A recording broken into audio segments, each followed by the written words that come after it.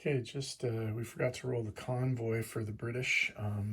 Where the German subs are convoying them, so I'll just roll that now. 3, 4, 5, 6 IPCs. So the Brits have 26. They are going to lose 6, so they will keep 20. So the revised total for the Brits is 20 IPCs.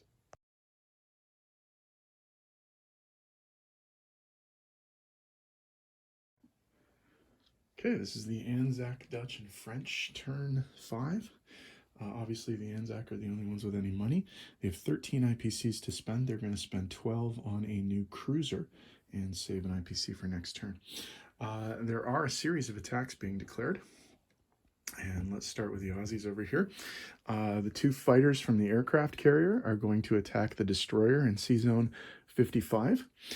The submarine from Sea Zone 54 is going to attack Sea Zone 44 around the Celebes and sink that transport. And the transport here is going to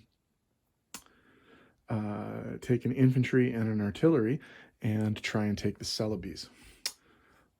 Over on this side of the board, the French destroyer is going to auto-kill the Japanese transport in Sea Zone 42, and the Dutch destroyer is going to auto-kill the Japanese transport in Sea Zone 43.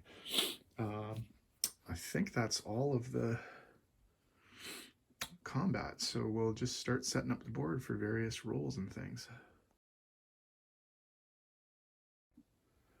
Okay, for the attack on Sea Zone 43, the Dutch destroyer, the HNLMS Piet Hein, is attacking the Japanese transport Kiyosumi Maru, and this is an auto kill. Okay, for the attack on Sea Zone 42, the French destroyer Typhon is attacking the Japanese transport Asaka Maru, and it is an auto kill.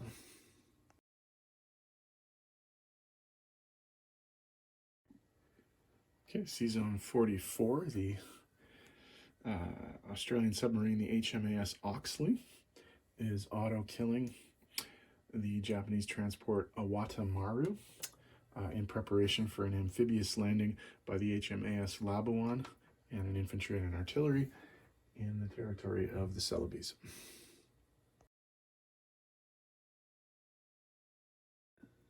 Okay, for the actual amphibious assault on the Celebes, the Australians are coming in on the HMAS Labuan with an infantry and an artillery, and the Japanese are defending with an infantry. So 2 2s versus a 2. That's a hit. Japan defends and misses. So the Aussies take the Celebes with no casualties. Okay, for the attack on Sea Zone 55, there are 2 fighters from the aircraft carrier, the HMAS Sydney, going up against a Japanese destroyer, the Murasame. So that's 2 3s versus a 2. That's a hit. Destroyer defends and misses. So the Aussies clear the Sea Zone with no casualties. Okay, so in terms of non-combat, all of the ground forces in Queensland are going to move back into New South Wales. All of the naval forces in Sea Zones 54 and 63 will congregate in Sea Zone 62, and the 2 fighters will land back on the aircraft carrier. The only other movement is that the Dutch transport ships in Sea Zone 39 will move 2 spaces to Sea Zone 80 and drop off 1 Dutch troop in Iraq. So I'll tidy up the board. We'll be back with placement and money.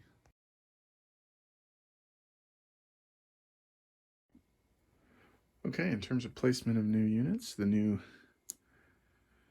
cruiser is going to go into the Sea Zone with the rest of the naval elements.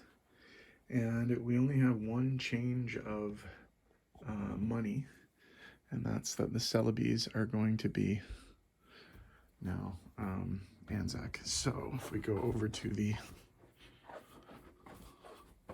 board, the tracking board, The Aussies were at 11. They're now at 14, and the Japanese were at 62. They're now at 59. Oh, and they lose some bonuses too, don't they? They lose the Money Island bonus. Okay. All right, so in terms of money, the only, obviously,